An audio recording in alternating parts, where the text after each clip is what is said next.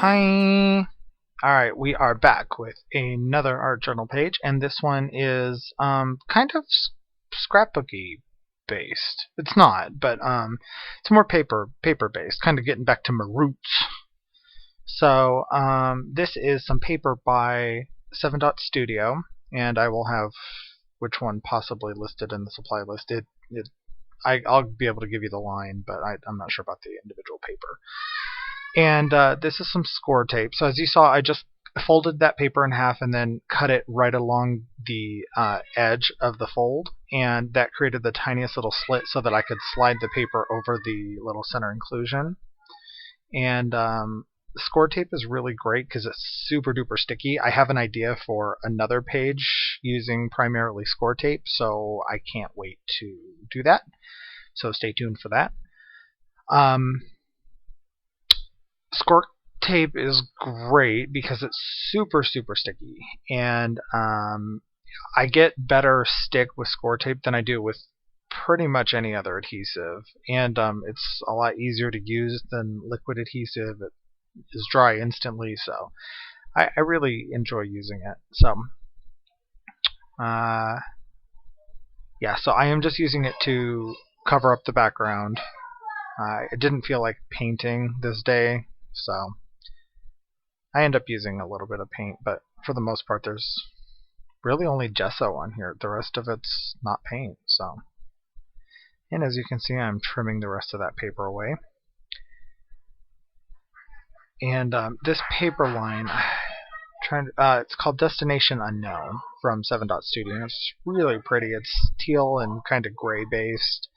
It's like gray and tan, like this real light tan. So it's really pretty.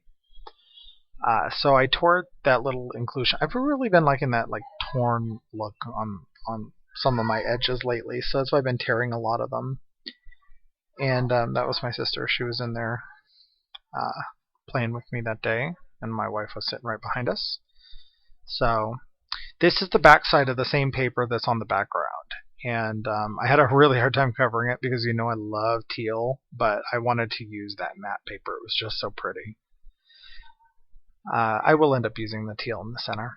So this is Liquitex Basics Gesso, and I'm just using a palette knife just to scrape some of it on. I'm just trying to tone down that background a little bit, make it a little less obvious that it's a map.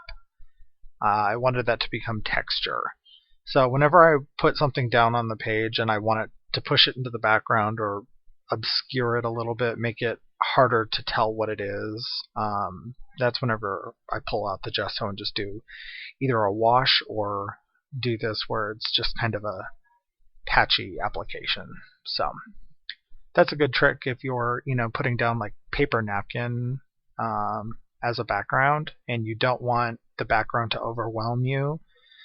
Good way to do that is just to apply some gesso. You can always use a baby wipe to pull some of it up. So, and sorry I didn't cut that little tiny bit of drawing footage out. Alright, so now I am going in with some Neo Color 2. Sorry, my brain just blanked. And I sprayed my craft sheet. A lot of people ask about what I'm working on, and that brown surface in the background is a non-stick craft sheet. Ranger makes it. There's a couple of them that make it out there. You can get them at Michael's. And it's just like a Teflon, sheet of Teflon, and so not much sticks to it. And I started out with my Neo colors and ended up switching to my Inktense blocks. And if you have Inktense pencils, they'll work just the same. I just happened to grab the blocks. And as you can see, I was mixing a couple different colors together. You can see a yellow pattern paper up in the right-hand corner, and I was trying to match that color as well as possible. So I used a little bit of yellow and a little bit of orange. And using a fan brush just to flick some of that color on. Once this color is on, it's permanent because they're Inktense. So yeah, once it's on, it's on. And the colors I'm mixing now, I used a blue and like a teal color. The teal is a lot more green. So I mixed the two colors together to get a similar color to that teal paper that you saw earlier. and just doing some flicking. I don't know why I didn't use my fan brush because I end up getting a blob, but oh well. You know what? The whole point of spatters is to make it look imperfect, right? Right. You'll see what I'm talking about in just a second. Come on. So, let's see. Oh, here we go. You ready? Yep. See that big blob in the upper left-hand corner? Sigh. That's what you get for trying new techniques. Yeah. So this yellow paper it was just in my stash. I think it's a Bow Bunny Basics, just a tiny Swiss dot pattern, and it was in my scrap papers. I keep all my scrap papers organized by color, so that way when I know what color I'm going for, I can just reach for it. I find we use our scraps a lot more that way. So I am using some sepia accents as an adhesive. And as you can see, I had some teal on my fingers and it got onto the paper, and I was like, okay, well, it's a good thing that this is a grungy page, considering the yellow already had spatters. So I was using the sepia accents as a glue, and it didn't hold that well. I think it's because that bottle's old, and they don't even make it anymore. So, yeah. So I ended up grabbing the score tape, which again works wonders. It's good stuff. And the teal piece is the backside of the paper, like I mentioned, that's already on the page. And now I'm just going to go in with a couple different colors of distress ink. I think, and I can't see the color right now, but I think it's antique linen, but I can't read it. Sorry, I'll put it in my supply list. I'll be able to see it once the video is processed. But the quality is not very good right now. I'm not positive it's antique linen, but I think it is. So just going around, and I'm kind of hitting the bottom left hand and the upper right hand corners heavier than I am the rest of the page. I mean, it ends up going over most of the page, but trying to intensify the colors in the bottom left and top hand right, just to keep a good flow to the page. Now this is pumice stone. This is my favorite distress ink color. If you ever watch me create anything, you'll know that I love this color. I can't wait to get the new hickory smoke color. Oh, I can't wait. Can't wait. So I think I think this is frayed burlap, and weathered wood also gets used. And I'm just going in, I'm trying to get like a gray tone to the page, but with brown accents. I'm kind of mimicking the colors of the paper that had the gray and brown tones to them, but I wanted to intensify the colors. This is some walnut stain right around the edge. Just wanted to darken up the page and really frame it in. As you can see, I dropped my little spongy thingy. My favorite part about distress ink, flicking water on and picking up some of that color, gives such really, really pretty results. Let's see, we're doing that.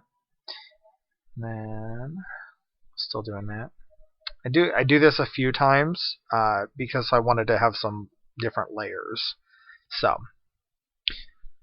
and then I think I'm going to end up taking the distress ink, and I just tapped it down on my craft sheet, and you can do this on a piece of plastic or just anything non-porous, and spray some water on the ink that's left, and I just use that to flick on it onto the paper.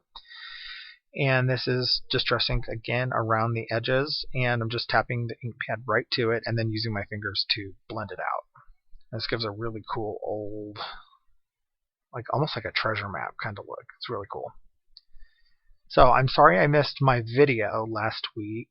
If you were waiting for me and you missed me, I was camping with my kid and my father-in-law, and we had a great time. And I got the whole mountain man thing out of my system for a while.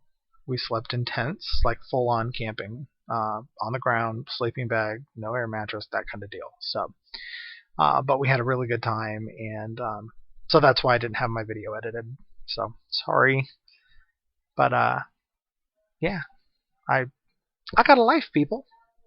I wanted to be with my kid. So this is just a little piece of corrugated paper. It was from some weird thing I got from somewhere. I don't know. It just had all this stuff in it. So, and just put that distress ink right over the top to hit the edges, and then sprayed it with water just to diffuse the color a little bit. And then tore the edges. And everything I'm doing to the front of this little inclusion, I'm doing to the back. So you're not going to see most of it. But then I stapled those little pieces of corrugated paper on using my tiny attacher, and then a little bit of score tape just to make sure it stays. This is a little bit of old book text, and I just used some score tape to put it down. And these are little metal embellishments. I got them from a friend, and I'm not sure where they're from. They're not going to be in my supply list. I know that she got them on eBay, so I'm not even sure what to call them. Metal filigree something? I don't know. So they're little metal pieces. So I was trying that sepia accents again, and like I said, that I think it's a bad bottle. So this is matte medium that I'm using just to glue down those metal pieces. And then some flat back pearls I got from Target in the dollar section. They were actually meant to decorate a cell phone. And I was like, yeah, no, they're going to decorate a page. And those went right in the middle. And then a little trinket with a tassel. Those are both by Tim Holtz. And then this is the sticker from the paper line that I used. So that's the page. I hope you like this one. I really liked making it. And I will see you all soon. I will be on time this next time for my video. I've already got it made, so I hope you enjoyed it. Bye.